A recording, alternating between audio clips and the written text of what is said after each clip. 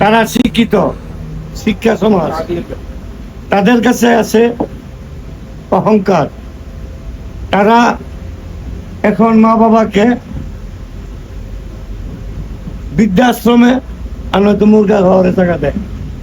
আর যারা আমার মতো গরিব, দিন আনে দিন খায়, এরা মা বাবাকে মাথায় রাখে, তাদেরকে কদমবুসি করে, তাদেরকে কিভাবে সুখ দিতে পারে।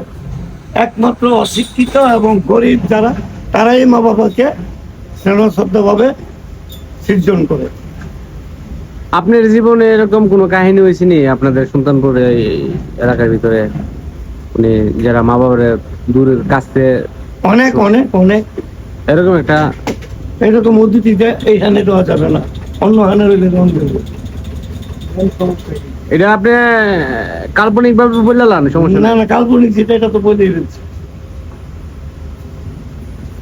আসল কথা কি জানেন, যারা বুঝে এরা কদর করে, আর যারা বুঝে না এরা কদর করে না।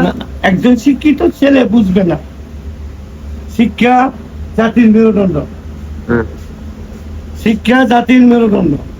তখন এই শিক্ষা যদি আপনি জাতির মেরুদণ্ড হয়েছিল, আপনি যদি ভুল পথে চলেন, তাইলে দেশটা কিভাবে চলবে? দেশ এখন দেশ নয়, দেশ এখন অরাজকতার মধ্যে আছে। সমাজ এখন সমাজ নয়, ইতিহাস সেখানে বিকৃত হয়ে গেছে, সমাজ তখন এখন বিকৃত হয়ে গেছে। আচ্ছা আচ্ছা, আপনার নাম? আমার নাম শেখ কামাল, বাড়ি সুলতানপুর। যাক, আপনার ওইটা লাগতো না, কারণ আমি অলওয়েজ প্লেয়ার তো।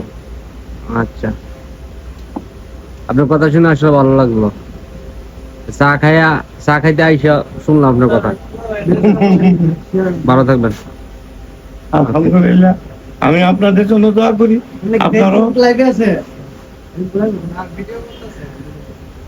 এই কাকার কথা যদি আপনারা কোনো লোকের কথার সাথে মিল থাকে, অবশ্যই ওনারা শেয়ার করে দিবেন। আর এই ভিডিওটা বেশি বেশি করে আপনারা লাইক কমেন্ট করবেন। যেমন যে অনেক ফ্যামিলি মিডিয়া আছে যে বৃদ্ধ বাবা মা থাকলে আর বৃদ্ধ আশ্রমে বা কোনো হসপিটালে বেডে শোয়াই দিয়া কোনো লোক দিয়া চিকিৎসা করার দায়িত্ব দিয়া নিজে শরীরে চিকিৎসা করে, রাইট। এরকম অনেকেই আছে। আমার চোখের দেখা অনেক জায়গাতে আমি দেখছি, অনেক হসপিটালে ঘুরছি তো দেখছি। আপনার ভিডিওটা একটু শেয়ার করে দিয়েন। কাকা আজকে দুঃখে রাত 12টা বাজে এক কথাটি বলতেছে, জানি না কিসের জন্য বলতেছে। ওই তো অবশ্যই ওনার ভিতরে কোনো দুঃখ আছে, সেজন্য বলতেছে। ভালো থাকুন কাকা। আলহামদুলিল্লাহ।